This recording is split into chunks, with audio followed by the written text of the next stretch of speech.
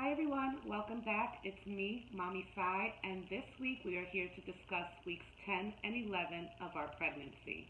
So I know it's been a week since you guys have seen me, and I'm so sorry to keep you guys in the dust about the bump dates. I actually just had a sweet 16 for my niece, and I was just super busy, and I just decided to sort of combine weekly videos and do them bi-weekly now, because a lot of the symptoms, they are changing, but they aren't changing as rapidly as they were at the beginning of our pregnancy.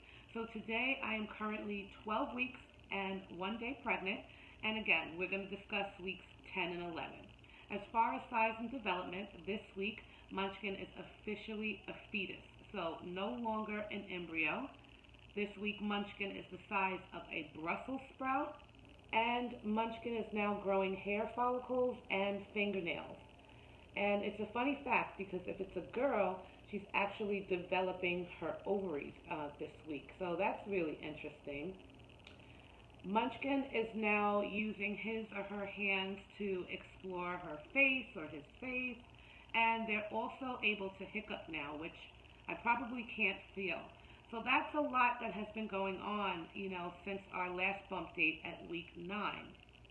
As far as how I'm feeling, I wanted to start off with cravings first, because previously I hadn't had any cravings or any food aversions. But lately I love Caribbean food. Like, I can eat curry goat, oxtails, like literally every day if I didn't control myself.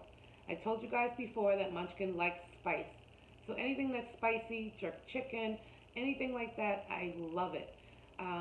A few weeks back, I was craving tacos, but that quickly went away once I had a bad set of tacos. Well, it wasn't as good as it was the weeks before, and I just didn't like them anymore. Also, ice. Like, I always see people when they're giving birth or having labor and delivery videos crunching on ice, and for me, I don't know what it is. Normally, I drink, like, room temperature water, but lately I have to have it ice cold. And when I'm not ready to drink the water, I can just chew on ice, like all day long. So, yeah, when I wake up in the morning, it's ice cubes in a cup. While I'm at work, it's ice cubes in a cup. When I come home, it's ice cubes. So those are my cravings. I don't know, weird, but true. Weeks 10 and 11 were one and the same because the symptoms pretty much mirrored one another. The major symptom that I had for week 10 and week 11 was something that they call pregnancy rhinitis. So if you don't know about what that is, you can just Google it and look it up. It's similar to cold and flu symptoms.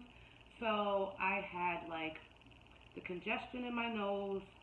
My head was feeling like a helium balloon. I had a headache, literally like from the minute I woke up until the minute I went to sleep, like all day. I just felt like I was sick with a cold.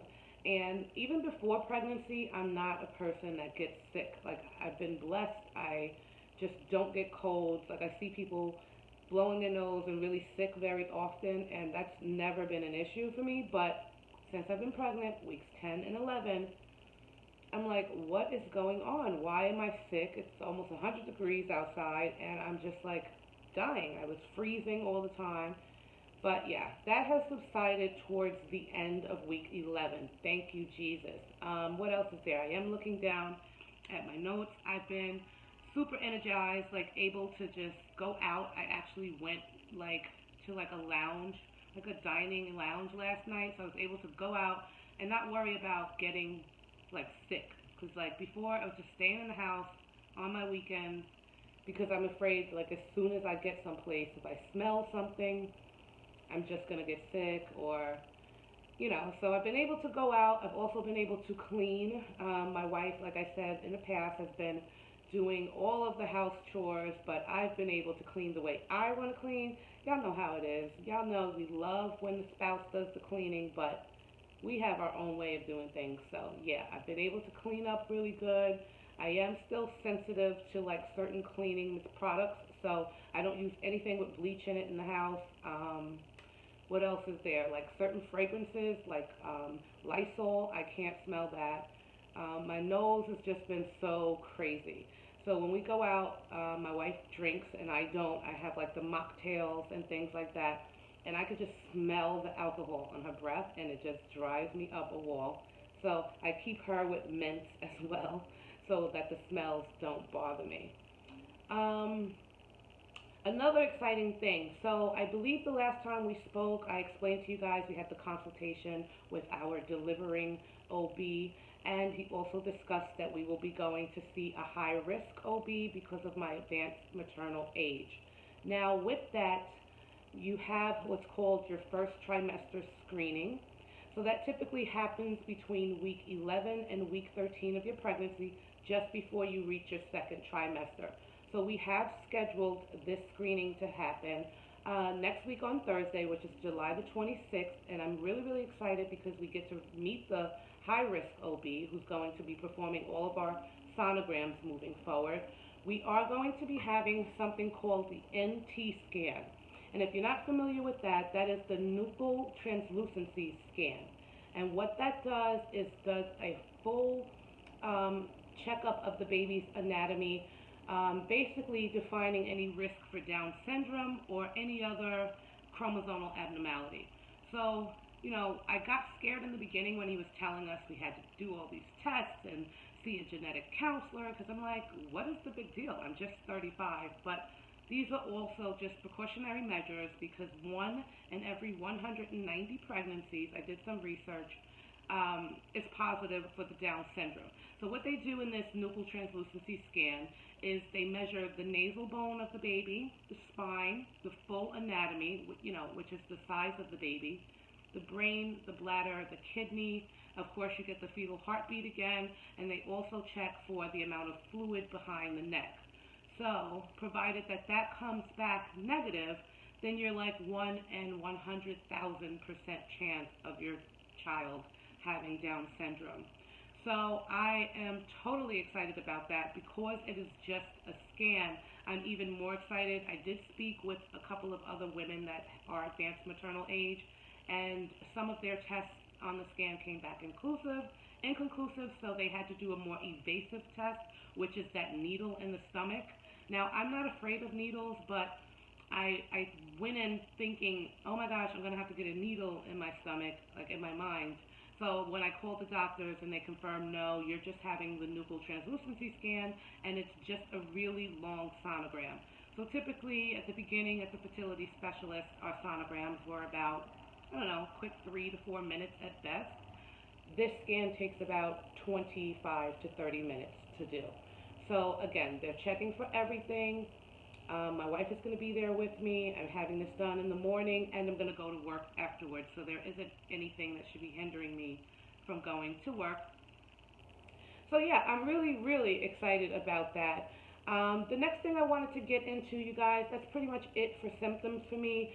I did have one more vomiting episode, but that's because I went to the gas station, and we take public transportation, but I rented a car, and I had to get gas for the first time in a while. And I don't even know, I couldn't take the smell of gas whatsoever. So there was a vomiting episode. I don't attribute that to nausea or morning sickness. I think the smell just interfered with Munchkin. And yeah, I had another vomiting episode. But yeah, items purchased. So we went to Target and I found these cute little nursery hangers. They're gender neutral. They're in gray. And I bought about 10 packs of these. So they were on sale for really cheap. So they're just little plastic hangers that you can put in your baby's nursery closet or wherever you choose. And again, I haven't started purchasing any big items or any nursery items, but I wanted to get started with the book collection. It's really important for us, for our child to be, educated from in the womb. And probably will start reading these books when I'm in my upper months and in my rocking chair, my nursery. So yeah, we got this book called Wish. And the funny thing about it is, I hope you guys can see that. There's a bright light here. And it just shows 2 elephants and the baby elephant there. My wife and I actually read the book before we purchased it in the store. And it's basically talking about before we were ready for you. Basically telling our baby how we felt before she came or he came. So this is really cute. It is a nursery book, and it has some photos and you could just read it to your baby. And funny enough, we each went down the aisle and chose two different books, and they both had elephants. Elephants symbolize good luck. I like the elephants with the trunk up, so I chose this one, and it's called Good Night Baby, and it's basically just a nighttime book to read to your baby. Good night, bunny, time for bed, lion, rest your sleepy head, and it just shows photos and things like that. So it's really important, like I said, to have books and just start the education from within. It starts from me, so I know it sounds a little weird, but I'm going to start reading these books at night when I'm probably like, I don't know, 25, 26 weeks. Yeah, so that's pretty much it. Again, I'm going to do the bump dates bi-weekly now. It's a little bit easier for me because the changes aren't as rapid as they were in the beginning. So I hope you guys stick around for that, and I'm sure you're waiting to see this magical bump. So I'm going to go ahead and insert my bump and as well as a size comparison from the previous 2 weeks. And in case you were wondering, the baby was a size of a kumquat week 10. Now that I'm week 11, again, it's the size of a Brussels sprout. I'll share that with you guys in the end. So let's get on to this bump date, and we will catch you guys in the next video. Thanks so much for watching. Bye. And now for the 11-week bump.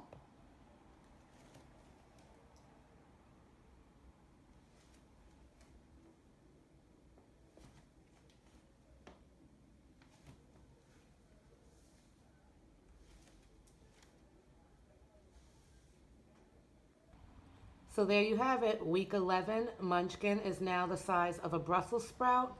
The placenta is fully functioning, allowing my hormone production to not work as hard. And the only thing for Munchkin to do now is grow as big as he or she can.